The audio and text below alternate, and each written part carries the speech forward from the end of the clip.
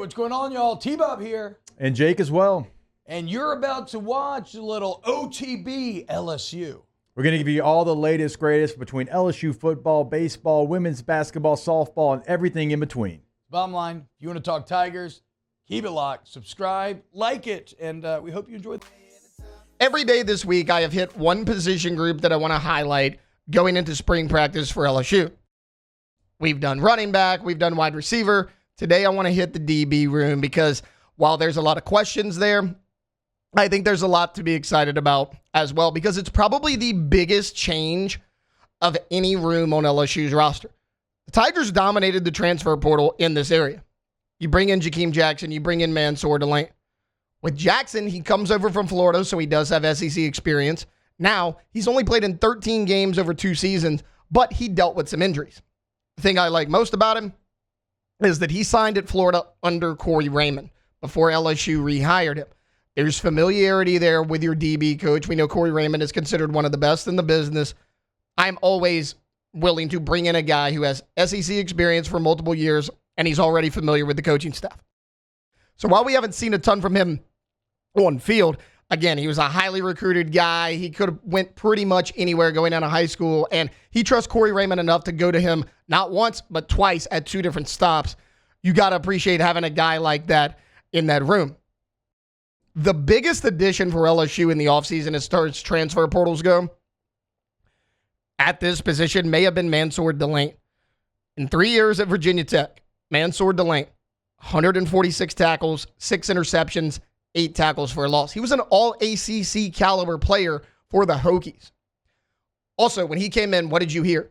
Well, Mansoor Delane has the ability to play corner and safety. That's important. We're going to get to that later because safety, while you filled a need in the transfer portal, you may still have some needs there as well. Mansoor Delane's a guy who hovers around 200 pounds. He's 6'1", so he certainly has the size to play corner and safety, and apparently has the versatility as well. I'm excited to see what he has. Him of all people, as far as the returners I'm going to mention, the transfers, the incoming freshmen, Mansoor Delane of all people is a guy that I could see sticking at one spot the easiest. Meaning, whether it's corner, whether it's safety, I'm almost going to pencil in Mansoor Delane at one of those spots. He's the most accomplished transfer you brought in. He has the most experience, and he's more versatile than a Jaem Jackson. Then you look at maybe the hottest name, but obviously the guy with the least amount of experience. It's freshman early enrollee DJ Pickett. DJ Pickett was the number 1 cornerback in the nation coming out of high school. Look, he had 94 tackles in high school. He had 10 interceptions. He also played a ton of receiver. I mean, there was talks that some schools even wanted him as a receiver. He was that good on that side of the ball. He also ran track in high school, so super, super athletic guy. He's long. He is 6'4", 180 pounds as a true freshman. Not many times do you see a corner stand out there on the perimeter at 6'4". That gives you a huge matchup advantage. There's been a lot of talks of, hey, if Harold Perkins struggles at star, could you move DJ Pickett to star? I think you can. Corner, safety, star, wherever. This is a guy that can play anywhere on the field because he's 6'4", because he's 180 pounds. I just mentioned him playing both ways in high school, him running track in high school. He has the athleticism to do it. It's going to be tough to keep DJ Pickett off the field. Maybe the most important signee of the offseason was Demarcus Collie from NC State. Maybe the piece you needed the most because of how bad you were at safety and how light you are depth-wise coming into 2025. Last season at NC State, 43 tackles, 3 tackles for a loss, 1 sack, 3 interceptions. So he did a little bit of everything for the Wolfpack defensively. Without question, he's the leader of that safety group. Demarcus Collie is going to start at safety on this team. Barring something unforeseen or some sort of injury, if Demarcus Collie is fully healthy and somebody else doesn't have an incredible showing in the spring, Demarcus Collie will be one of LSU's starting safeties. So look, you got the 3 transfers in Collie and Delane and Jackson. You got the big-time freshman coming in DJ Pickett. But where I think this room gets very interesting is the returners that you have coming back. Ashton Stamps, P.J. Woodland, and Michael Turner. Ashton Stamps and P.J. Woodland were all the rave last fall camp. Ashton Stamps really has been for 2 years now. Now, for most of the year, Stamps was the starter opposite of Zai Alexander, who is since moving on. He was a huge loss. But if you go look at Ashton Stamps, he made some nice plays. The problem with Stamps is he was just a little inconsistent. He would get beat deep a few times, then he would make an incredible play. He would bat down the ball, and you're like, okay, we've seen flashes. We just need the consistency to be there a little more often. PJ Woodland, another guy, he played a ton as well. He played in pretty much every game this year for LSU as a true freshman. He was an early enrollee in the spring. He's a name that you heard more and more. A little bit undersized, needed to gain a little bit more weight. I think he'll have no problem doing that. He was just a little raw last year. At times he went out there and he made good plays. At times he went out there and you're like, okay, this guy's a true freshman. I can see it. That's just your outside corner, guys. You also return Michael Turner as well. He's a guy that got some run late in the season. He played a little bit in the bowl game. Keep an eye on him as well. As far as safeties, you return Jordan Gilbert, Deshaun Spears, and Javian Toviano is now there full-time. He's always kind of went in the middle, back and forth, corner safety. I've always preferred him at safety. I think this is a good move. Gilbert had an up-and-down year, but he started a lot of games for you. He started a lot of big-time games for you. Now, the results were certainly mixed, but if you're looking for a guy with experience and a quote-unquote returning starter, Jordan Gilbert you got. Deshaun Spears showed flashes last year. He's a guy that I highlighted, that Jake highlighted, that anybody that went out there highlighted because he stood out early. He is 6'3". He is 200 pounds.